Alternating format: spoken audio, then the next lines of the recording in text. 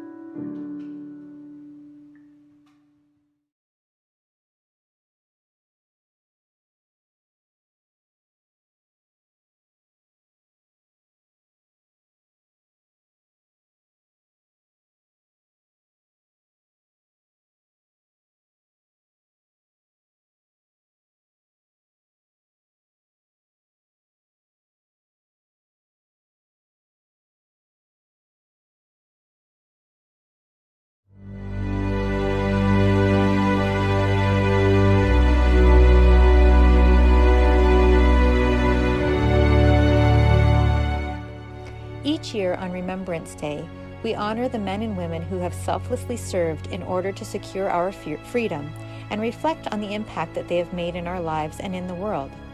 We also show our appreciation for those who continue to serve. Through challenging circumstances, our servicemen and women help to shape our country and the world by aiding those in need. This year marks the 75th anniversary of the end of the Second World War. As we consider the significant anniversary, we encourage all to pay tribute to the service of these brave men and women by serving those in need. As we highlight 11 people and the community service they provide, consider ways that you can serve others.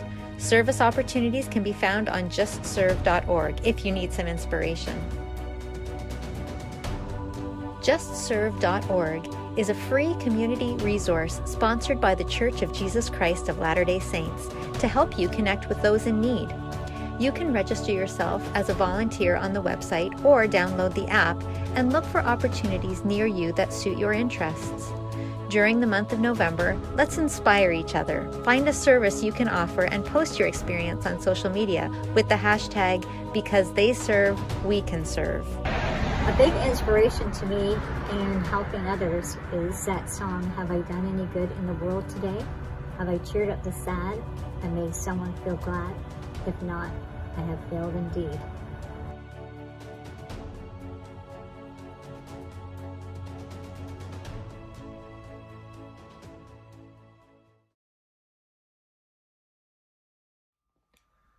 It's a privilege to be part of this Concert of Remembrance. I'm thankful to everyone who's contributed to this concert in some way to make it a success and to bring the message to the community that we are aiming to provide at this time. They serve so we can serve. This is a message that seems to be needed now more than ever. I was reading recently that a Pew Research study showed that fewer and fewer members of society have close ties to individuals who have given military service. For example, people age 50 and over seem to report at a level of about 75 to 80% that they would identify as someone who has an immediate family member who's served, whereas in the younger generation, those aged 18 to 29, only about 1/3 would report the same thing.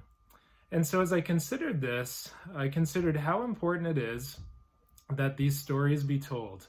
To fully appreciate the service that's been given, we need to look back and even presently to see the stories that are unfolding in the lives of those who serve us, to grant us our freedom and to give us all of these opportunities that we have to serve in our communities. My story that I grew up with was that of my grandfather.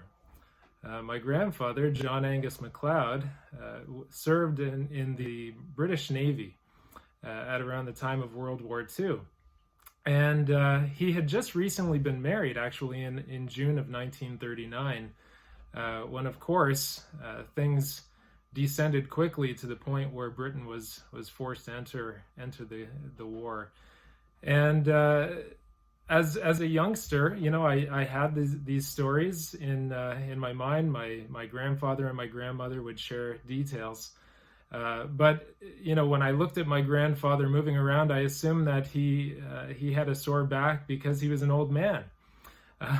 As a young child, I think everybody over a certain age just seemed like old men and old women. But when I look back now, at that time, he actually wasn't that old. That in fact, his back injury had come about as a result of his ship being bombed in World War II.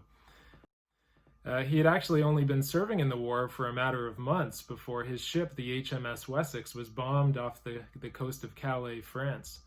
And he spent many months in a hospital in Edinburgh, Scotland, while he recovered. And from that day forward, he had chronic back pain, which he had for the remainder of his life until he did, in fact, live to an old age, a ripe old age. But I had the good fortune of having this great example of a grandfather to me as a youngster. And my memories of Remembrance Day as a child were that of thinking of him. I remember that a year would never go by when the last post was played at school assemblies when I was in elementary school and even up through high school.